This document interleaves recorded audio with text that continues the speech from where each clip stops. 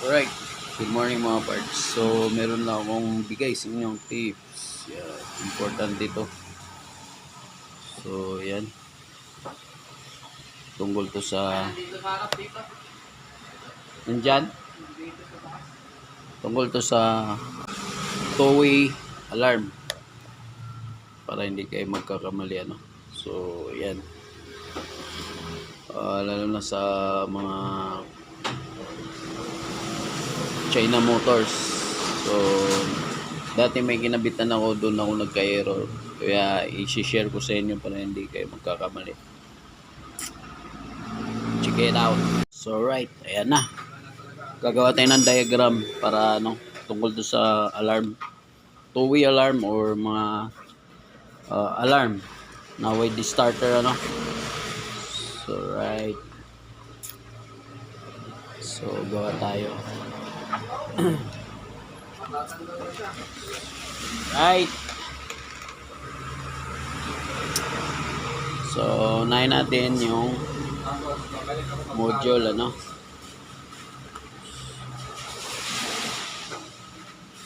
Gagawa tayo. Panoorin nyo to, Ayan. Right. Right. Ayan.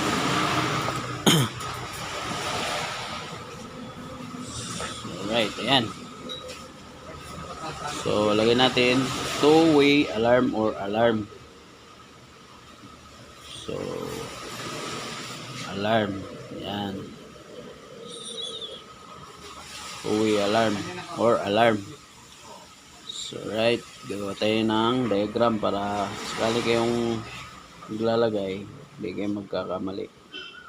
So, nangyari kasi sa akin to, error lang ako, isang wire lang. Tapos papaliwanag ko sa inyo bakit. Pag minsan, hindi nyo maiwasan magkamali. Nobody's perfect. Tiwala kayo masyado na alam nyo, pero may minsan magkakamali kayo dahil sa wiring ng motor mismo. So ito yung battery. Yan, battery. So right. So mag-bring tayo ng wire.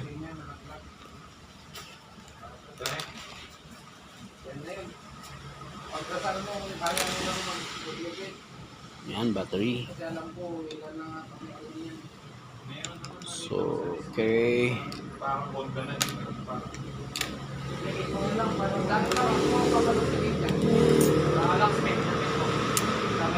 So, panoorin nyo to. Huwag nyo yung i-skip to. Ito yung positive. Tapos ito yung negative. So, ito yung module. So, ganyan yung natin. May fuse box to. Fuse. Yan. Yan, fuse. Lagyan natin dito, fuse. So, galing sa battery papunta sa module. So, right.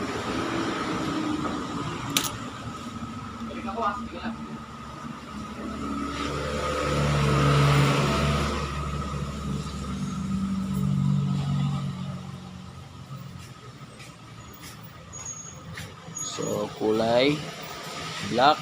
Ito yung black. Yan. So, right. Yan. Gagawa natin diagram para masundan nyo. Or kung hindi nyo pa alam tungkol to sa alarm, two-way alarm or mga ordinary alarm. So, ito ay red. So, yan. Red.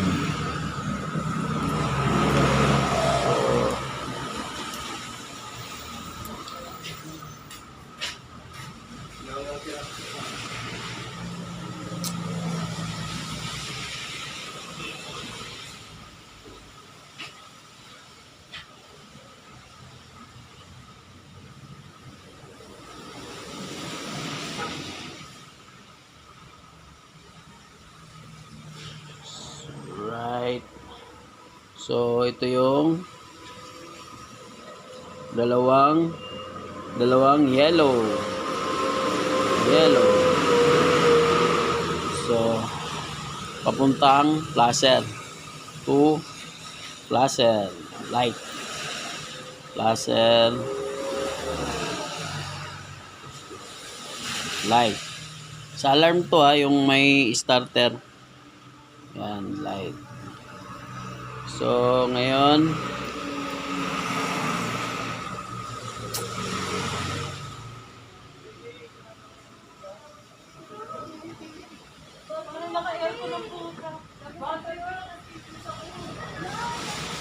yan, laser light, no?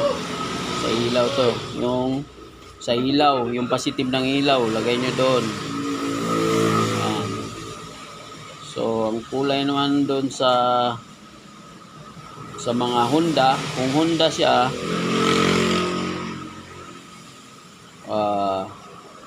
blue, light blue, light blue, tapos orange. Yan yung sa placer nya, itap nyo yan doon. So yan yung sa ilaw, doon banda sa ilaw, basta yung wire na yan. Tapos ito orange, yan, gawin natin orange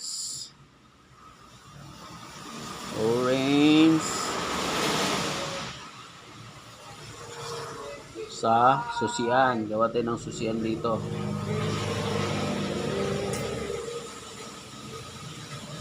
So layer natin para susian.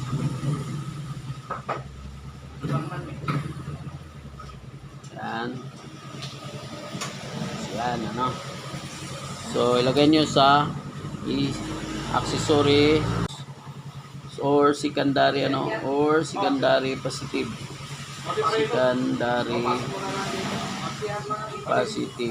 Si ate nandyan, dumaan lang sila, kasama yung kasama niya. So yan, ganyan yan siya. So yan yung kung ito yung galing sa battery, yan isa dyan, yan. Tapos ngayon gagawa tayo ng isa pang wire. Yan.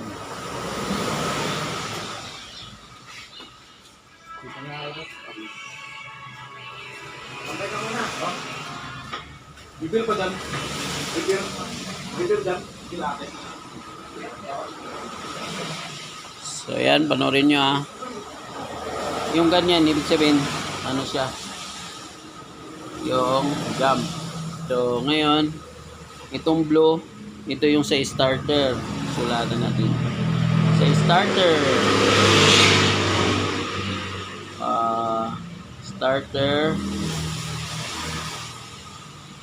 Starter relay or starter switch. Sige lang.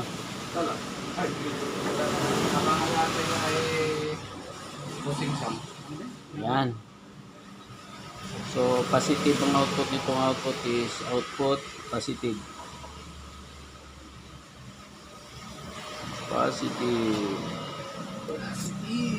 Yan. So yan, wag nyo i-ignore to kasi to malaking bagay to. So turo ko sa inyo paano ako nagka-error. Ano ito? So ayan na, may dalawang wire pa dito, gray at saka yung pink. So wala na yun, basta to siya, battery operated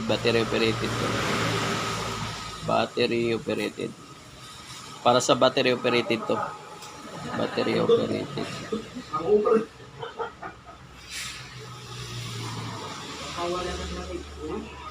Yan. Alright. So itong blue, yan. So meron dito pink at saka hindi man yun na mga gamit sa primary lang itong mga gamit. Itong pink at saka gray. So right. So wala tayong kopya nito pero kabisado ko kasi to. Lagi ako nagkakabit ng ganito. So ayan, ikakabit nyo to sa yellow, sa Honda. Kung Honda, Honda siya. Honda or mga Rossi. Ito yung ano niya. While color code. Honda, no? Yellow with red. Yan.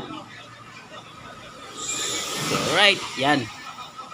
So, wag nyong yan, no? Kasi, malaking bagay ito. Dito kayo magkakamali. Kasi ako, pag ano, sa switch nyo ilagay, di kayo magkamali. Kung, halimbawa, may switch ito, starter switch, ano? Ito yung sign ng starter switch. Yung kidlat. Ganon. Starter switch. So, kung dito nilagay, dyan, itong kulay blue, yan. Kung dito nilagay, di kayo magkaka-error. So, nagka-error ako dahil dito ko nilagay sa relay. Sa relay ako pumasok. Relay. So, huwag kayong magkumpiyansa kasi kung sa relay, meron kasing China Motors na baliktad yung wirings. Ito, papakita ko sa inyo ha. Ito, yung relay. Ito, kasi yung susundan yung diagram, ito yung kakabitan nyo. So, ang ano ko kasi doon, option ko, hindi na ako magsusugat doon sa original na wirings or sa harness. Ngayon, tinap ko dito yung kulay blue. So, nung tinap ko to, hindi ko napansin na dito pala sa kabila ay negative. So, kasi ang ano kadalasan kasi sa mga Honda ganito, yung tamang color code, positive to. Papunta dito sa relay. Para trigger niya. Ito, negative to. Kung kulay pink. So, ngayon, dito ko nilagay kasi ayaw magsugat doon sa stock na harness. Dito. Tapos ngayon, pag tap kong ganyan, no, tapos na. Tapos ko ng winirings. So, mali ako. Dapat tinap ko dito sa switch para walang error. So, masyado akong kampante. Nung pag-start, pag-pindot ng ano, remote, halimbawa, pindot ng remote, start. Halimbawa, ito, start. Example to.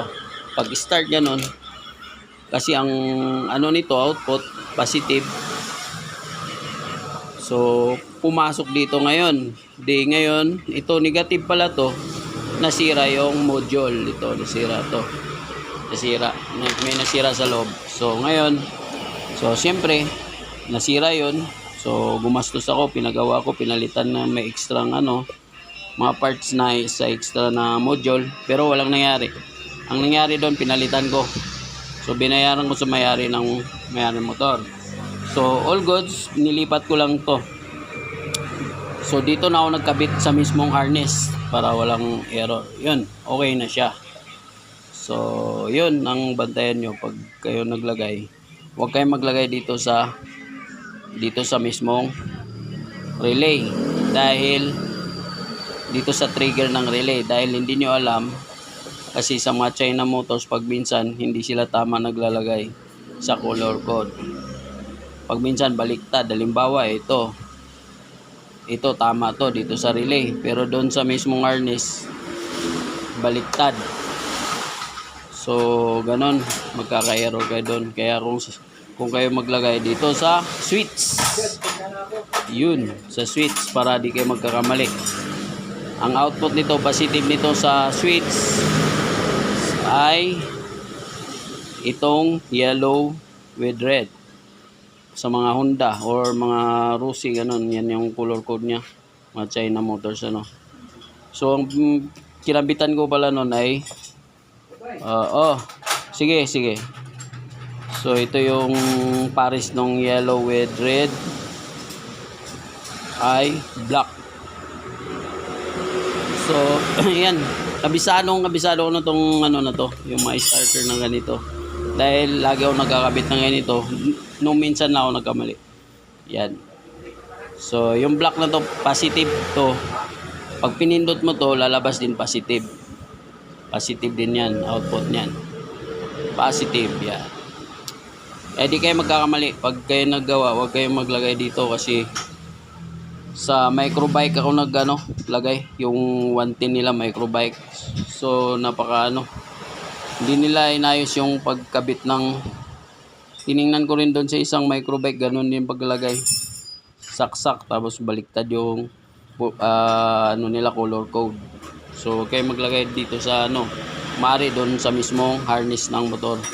Kahit masugatan na, basta perfect yung pagkalagay. So ayan lagi akong naglalagay ng ganito. So yung una kong nilagyan nito si Lothar Nakawili. Si Sir Lothar. Ayan. Perfect. Tuwang-tuwa siya. Tsaka yung may iba pa, mga Mio, ganun. So sa Mio naman, napakahirap yun pag wala kayong idea. Kailangan meron kayong gagawing mga wirings doon para hindi magalaw yung wirings ng relay. Dahil ang trigger nun negative. Negative ang trigger nun. So pag nagpreno kayo, saka papasok yung positive dito sa relay. Tapos pag pindot nyo yun, negative ang papasok naman. So to siya, kumbaga walang naka-stable na mga supply. So yun, kayo nang bahala kung kaya nyo gawin. Sa akin basic lang yun. Basic lang sa akin wirings yun. Kaya so kung kayo naman ay nagkakamali or di palitan nyo na lang kung sakaling na error kayo sa mga ginagawa nyo. Halimbawa, nagkamali kayo dito sa alarm, palitan nyo na lang para walang So ayan yung yung experience ko sa ganitong wirings. Tiwala ko sa sarili ko, pero yun pala, wag masyadong kampante. Yun ang experience ko. So ngayon, na pag-aralan ko lahat-lahat yan. So yan, wag nyong i-ignore kasi lahat ng ay hindi perfect. Lahat ng gumagawa may error din.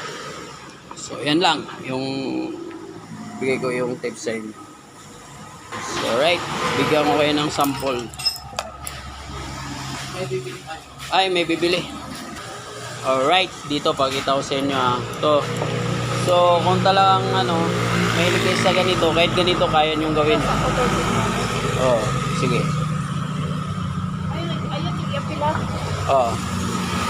So right, ito na. Kita ko sa inyo So gumamit ako ng ganito walay-walay na remote. Dahil maganda to siya. Matibay kaysa doon. Sa nagbabawas yun ng ng battery. Alright.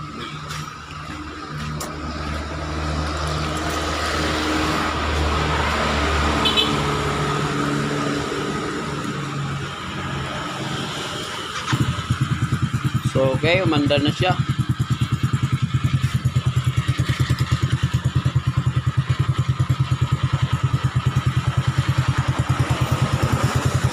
Diba? So meron din akong temperature dito. Ayan thermometer. Yan, dito ko nilagay puso. Para sa coolant temperature pang long ride. So yan. So ganun lang kasimple patay. On. Start. Di ba? So yan, kung ano-anong ginagawa ko dyan. So ito yung sa busina para alam ko kung so yan, napaka basic lang. Hazard, dito ko nilagay hazard. Yan. Diba? Basic. Yan. Tapos ito yung park light ko sa dual contact na yan yung ilaw nya. Hazard. Yan.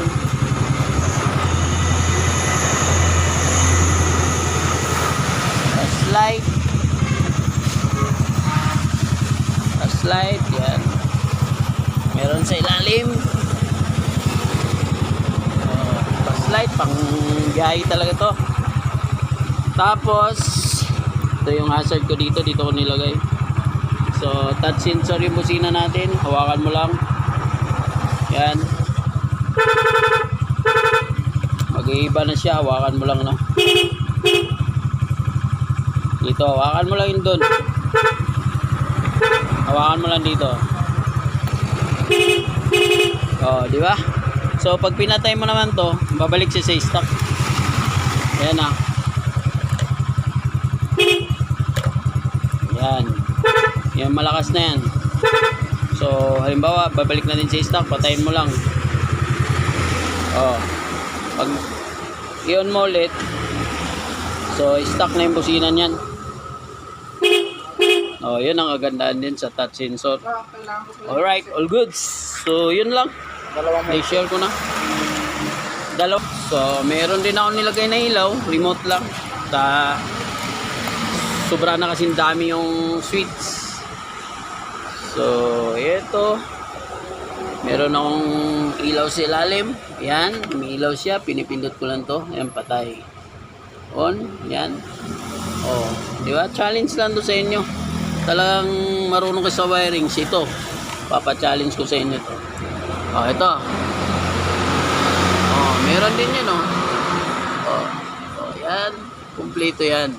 Start muna natin. Maray. All goods. Maingay. Oh, diba? Okay, start niya. Patay.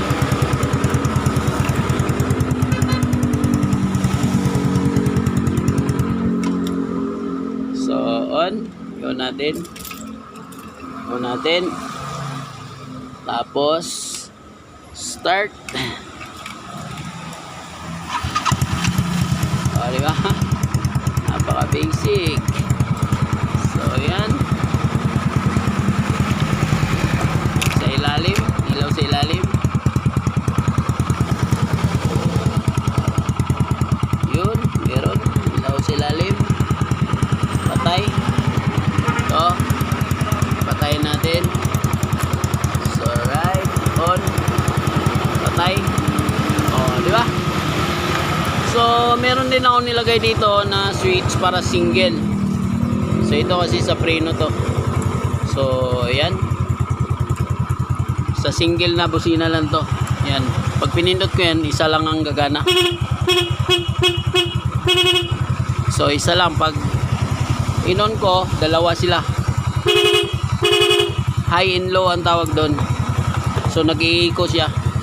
So, ganun lang. Patayin ko muna. So, right.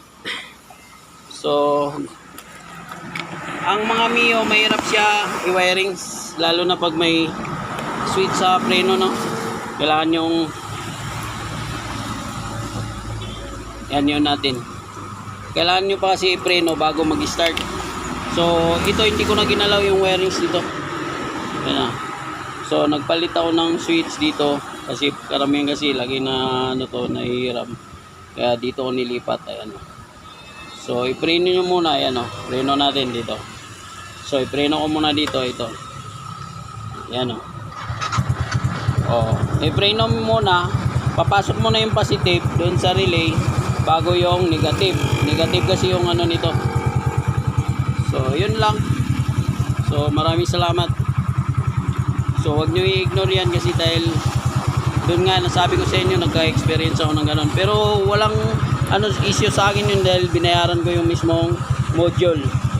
So, okay naman sa may-ari. Yung may-ari bumabalik sa akin, nagpapagawa. Walang ano sa kanya, issue. Alright. Thank you.